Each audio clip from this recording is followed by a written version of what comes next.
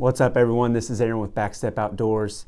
We are finally going to get our first kill video up on our page tonight. So just a little information before we get started on the video. It was a early November hunt. I think November 2nd is when it was. Bow hunting across the road from my house. And you just have to watch the video to see the rest. Good afternoon, folks. It's November 2nd and we're sitting down by the river this afternoon. We ended up not seeing a single deer this morning over at my other spot just right down the road, so decided to switch it up. Always see deer when we come in here. This is where I was at the other night when I saw those two small bucks. So hopefully now that it's November, we'll see some big boys on their feet coming down through here. It's probably 45 degrees, 50 degrees maybe. We got a south-southwest wind just hitting us right in the back and going out across this cornfield, so I expect the deer to come from the east and come down along the river, or come straight from the west and come down along the river. They just cruise up and down through here, but we're sitting in a little pinch point where everything kind of comes together here. The cornfield stops and this little grass strip right in front of us stops, and then the woods stops. It just all comes down. The river comes up, kind of bends around, so we're just sitting, I guess, right on the edge of a little oxbow. But hopefully these deer get funneled down through here and we can catch a big one on our feet.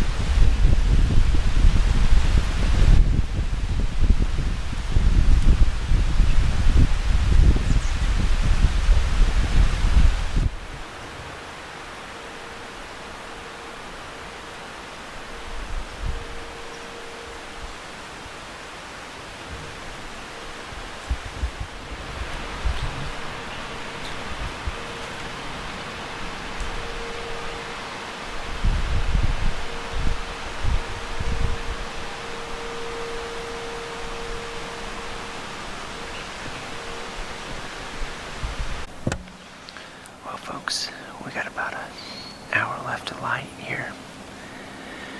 Haven't seen a single deer today, but just did a little rattling sequence about maybe 15 minutes ago, just to see if we could draw anything out of this standing corn or out of the bedding area over there, but haven't seen anything yet.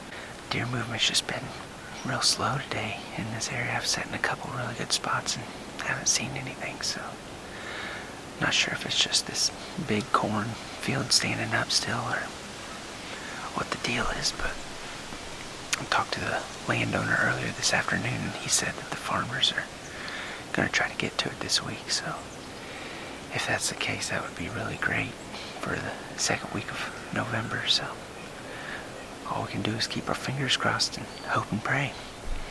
Stick with us the rest of the time in the stand today. Hopefully we can bring you some action.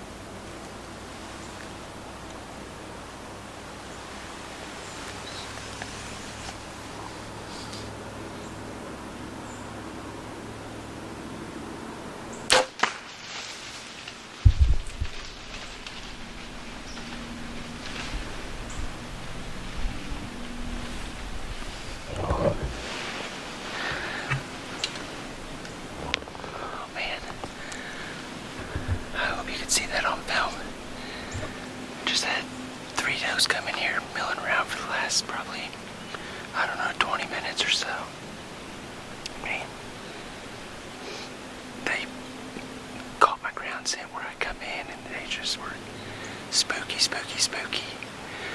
I finally worked in, and one got close enough to give me a good shot, so we're gonna give her a little time and then get all her stuff down and then go look for some blood. After I shot that doe, found my arrow, had pretty good blood, so I went ahead and packed up all my stuff and just took it back across the road to the house and gave her some time to expire. It was dark by the time I got back to the house, and so grabbed a buddy from down the road and then grabbed flashlights, and we tracked, probably tracked for 45 minutes at least, and had some spotty blood. It was, when we ended up finding her, we found her on the other side of the cornfield in a ditch, and when we ended up finding her, I hit where I wanted to, but it must have bounced off some ribs and bounced back and into her gut. But I mean, she died, no longer than, I would say, probably 10 minutes or so, however long it took her to run across the field. So, another thing, that ground scent thing, you can see those does just got super spooky, and the way I accessed that stand was I would walk down the road and then hop into a little ditch and walk. It leads to the river that was behind me in that hunt. And so I'd walk down the river and then hop up into the woods and then walk over to my stand. So that's what those does were smelling. The wind was blowing from the south that entire hunt, probably 15 to 20 miles an hour, and gusting probably 30 miles an hour at sometimes. So we're glad that you're sticking around with our page. We're glad that you watched our first hunt, and we'll have more to come. Thanks.